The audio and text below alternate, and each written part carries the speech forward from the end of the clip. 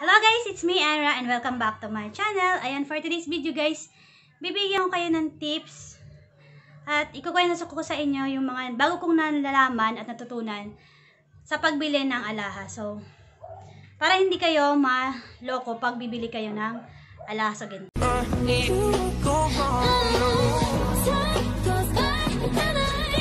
Ayan guys, kung bago pa lamang kayo sa akin channel.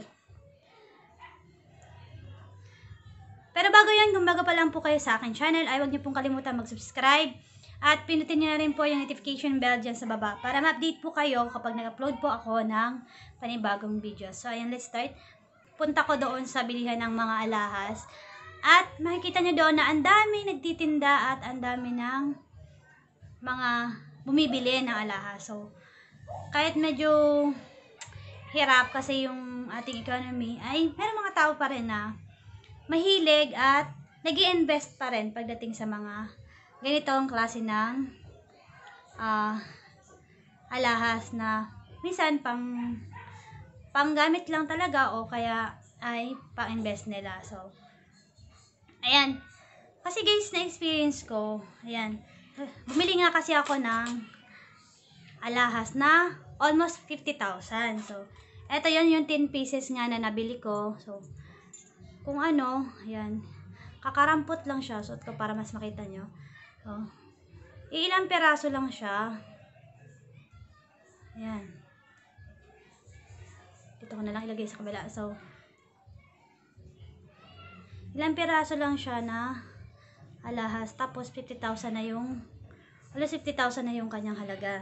So, tapos ito pa, ayan, saka ito lang. Ilan lang na peraso. So, ayun guys.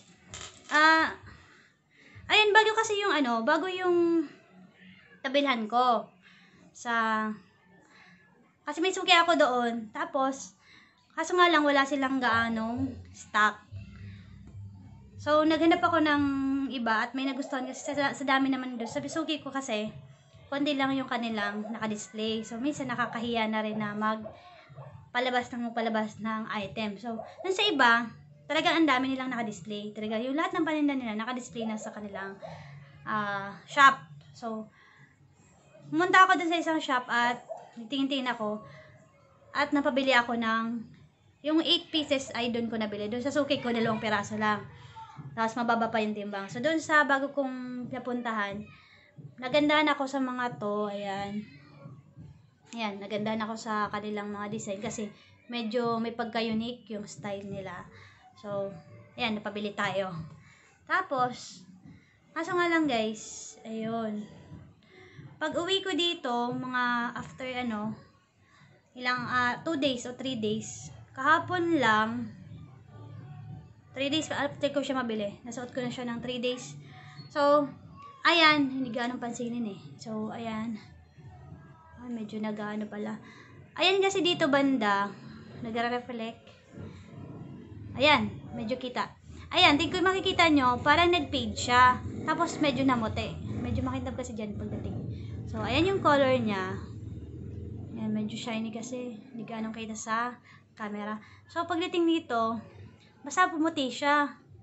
Tapos, natakot ako kasi bago nga yung store na pinuntahan ko na yon. Since na nung pagkabili ko sa kanya, kinamaganon, dinala ko na to sa pawn shop at pinapraise ko at binigyan niya naman ako ng yung staff doon, bigyan niya ako ng computation kung magkano yung sangla at kung magkano yung timbang doon sa timbang nila. So far naman, yung iba naman dito sa nabili ko ay tama yung timbang doon sa kanila. Pero yung iba, mali. So, kulang ng minsan 0.0 grams, ganon. O kaya 0.2 grams, ganon yung yung kulang niya sa timbang. So, ayan. Tapos ito, nung sumunod ng mga araw na nga, 2 days yun, nakita ko, medyo na gano'n na, iba na, namutik kasi dito banda eh. May gilid lang. Pero dito, okay naman. Dito lang sa may gilid banda. Ayan, namote. Hindi kasi gano'ng kita eh. Tapos, kinabahan ako. Sabi ko, ano ba to yung baka peke itong nabili ko. Kasi lalo na bago lang nga lang ako doon bumili, hindi ko sigurado at hindi ko pasubok yung kanilang store. So, nagmamadali ako, bumaba uli ako sa bayan at pina-check ko uli siya nung araw. Kahapon nata, yun. Tapos, kaso linggo, dun sa pinapapraisean kong isa uli, sa may bayan, ay sarado. Pero buti na lang yung Cebuana ata yung napuntahan ko, bukas sila. So, ayan, napatest ko. Yung 4 na peraso, yung napatest ko kasi ang daming customer nag-receive ng ng pera sa Palawan. So, meron din sila nun. So, ayan. Nung chinek niya naman, may scope niya. Tapos, ewan ko, 2 test yung ginawa niya. Kasi sabi ko, parang hinakabang po ako kasi bagong bili ko nga lang po. Tapos, nakikita ko nga na nag-iiba agad yung kulay. Hindi tulad nung dati kong nabili. So, nung chinek niya naman, na test niya, ay okay naman daw po. Totoo naman daw pong ginto. Kaso nga lang, nagtaka siya kasi pagdating sa kanyang appearance, kung mapapansin nyo guys, ayan, itong mga to, dito na lang tayo sa tatlo na to mag-focus muna. Kung mapapansin nyo, sobrang kintab niya, di ba? So, pag tinignan mo siya, lalo na hindi sa camera, ano siya, parang 21K.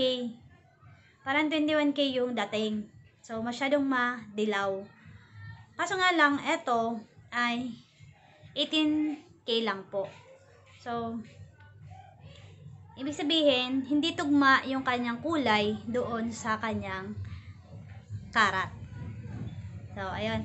Pero sabi ko naman doon sa stop, 18K naman yung bili ko. So, kaya, okay, sabi niya. 18 pala. Pero, sabi niya, hindi kasi standard yung kulay doon sa pagkaka-declare. So, ayan. So, doon ko guys nalaman din na tulad ko kasi ako, alam kasi nila na reseller ako o nagbebenta ako ng So, yun guys ang isa sa mga nakuha kong idea sa mga pagbibili ka ng ginto. Kasi guys, yung ibang bibili doon ay hindi naman ganun kadami. 1, 2, tapos 3, tapos mabababa pa yung timbang. Yung mga baguhan guys doon, pagbibili, naluloko. Tulad nga nito, sabi nila, ang mukha kasi niya, ang itsura niya kasi 21K. Pero 18K lang yung talagang karat niya. So, yung ibang nabili doon guys, narinig ko rin dati to sa ibang mga nakabili doon, ay naloko nga sila nung iba. So, ayun, para maiwasan natin yung maloko, dapat may kasama tayong marunong. O kaya, mismo tayo, marunong tayong tumingin ng tunay at hindi. So, yung iba din kasi nakakabili daw talaga ng peke, as in, hindi talaga 18K, as in, mga 14K lang. So, naluloko sila sa hindi mga pagkakatiwalaang store. Tapos, isa pa doon guys, yung ibang nagtitinda ba yung store ay hindi tama yung timbang. Kasi ito guys, dun nung naka-display to, napansin ko doon. Nung naka-display kasi to, eto tulad nito, ang grams nito ay 2.7. Pero nung naka-display nila to, kasi may tag siyang ganito guys. Ayan. May tag kasi siyang ganito, nakatali yan dito. So, nung isa-isa pa lang yan na naka-display. Ayan, 2.7, di ba? So, ang nakalagay dun guys ay 2.9. Yan, tapos pinili ko kung alin yung magugustuhan ko kasi yung alin yung kukunin ko. So, ayan. Nung tinanggal niya na nyo guys yung ganito, tinimbang niya uli at binago niya yung timbang. Tapos, ayun nga, 2.7 lang yung lumabas. So, ibig sabihin guys, pag hindi ka reseller, tapos hindi ka rin talaga ang nila, yung suki ba, pwede kang madaya pagdating sa timbang. Kasi yung ang i-compute nila dun guys, kung magkano yung tatak na nakalagay dun eh. So, gagawin nila yon 2.9 yung timbang. So, mas mahal kasi yung 2.9 nun, malaki na din yung difference na yun sa sa presyo. Mga patak na yun guys na 500 plus something. Almost, depende sa gramo Pero yung katumbas na yun, ng 0.2 na yun, ay malaking bagay na. So kung malaking 2 point pa lang yun nasa 500 na. So, ganun kalaki yung kanilang, ano ba, ang tawag doon, yung palusot na ano. Minsan, hindi natin maiwasan na may manloloko na mga store. Tapos, ito guys, kung mapapansin nyo to, ibang store din napuntahan ko na to matagal na to. So, isa ito sa mga una kong nabili doon. At, ito, nung tinimbang ko to, bumili kasi ako ng sarili kong timbangan. Tapos, isa lang to isa lang yung nabili ko that time kasi, pero ito 21k ito. Ang halaga is 3.2 o 3.3 yung bili ko. Pero pag nung tinimbang ko siya, nung kinumpute ko, dapat hindi siya abot ng 3,000. Yung presyo niya. Kasi nga, yung timbang ay over yung bibigay nila ng timbang. So, doon naloloko yung ibang namimili, lalo na pag hindi kabisado yung kanilang style. Tapos, ayun nga, isa pa doon yung pagdating doon sa kanyang karat, doon naloloko din yung iba. So, kaya guys, yung mga bibili ng alahas doon ay make sure na legit at tama magbigay ng timbang yung store na puntahan nyo. So, dapat hindi kayo maloko, lalo na pag mag-reseller kayo kasi malaking bagay na rin yung mga konti-konting na yon, gramo na yon. Kasi example, kung meron kayo biniling 10 item tapos over yung timbang ng 1 gram, ang laking bagay na. So, dapat kita na natin yun So, ayan. Better kung makakabili rin kayo ng ganito, kung magre-resell kayo, meron kayong ganito. So, ayun.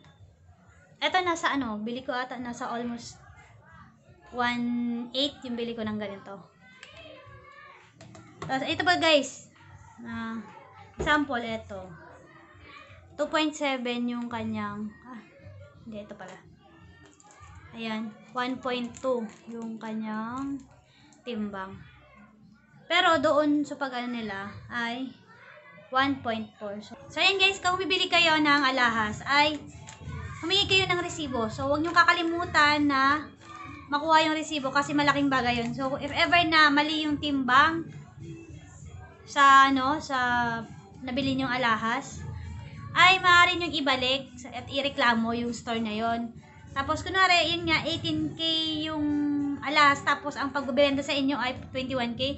Ang laking diferensya kasi guys, nung 21k at 18k sa presyo. So, sila ng 200 something to 300 something yung difference sa gramo. So, every grams 300 yung diferensya niya. So, ang laking bagay. So, kaya, dapat importante yung meron kayong, hindi nyo may wawala yung resibo. Isa pa guys na kasi minsan, yung store na nabilhan mo, tama yung timbang. Kaso nga lang, pagdating dun sa appraisal, pagdating dun sa pawn shop, minsan sa kanila guys yung diferensya nung timbangan. Kasi, minsan sila, style din nila yon yung sa pawn shop na medyo babaan ng konting gramo yung alahas. Nila yun style baga, kumbaga, para mas lalo silang kumita. Kasi minsan, style nila, binabawasan nila yung alahas mo. O kaya naman, mas mababa kasi yung kuha nila pag medyo mababa yung timbang ng alahas na yon. So, yun guys, nalaman nyo na yung iba't ibang style at iba't ibang klaseng panloloko ng mga pawn shop at seller at shop. So, ayan, sana ay hindi tayo nila maloko pagdating sa pagbili natin ng ginto. Ayan guys, sana meron kayong natutunan at naging dagdag kaalaman sa inyo. Huwag niyo pong kalimutan mag-subscribe sa aking channel at ayan, patuloy niyo pong panoorin ang aking video dahil for sure ay marami pa kayong matutunan at malalaman. So, ayan guys, thank you for watching.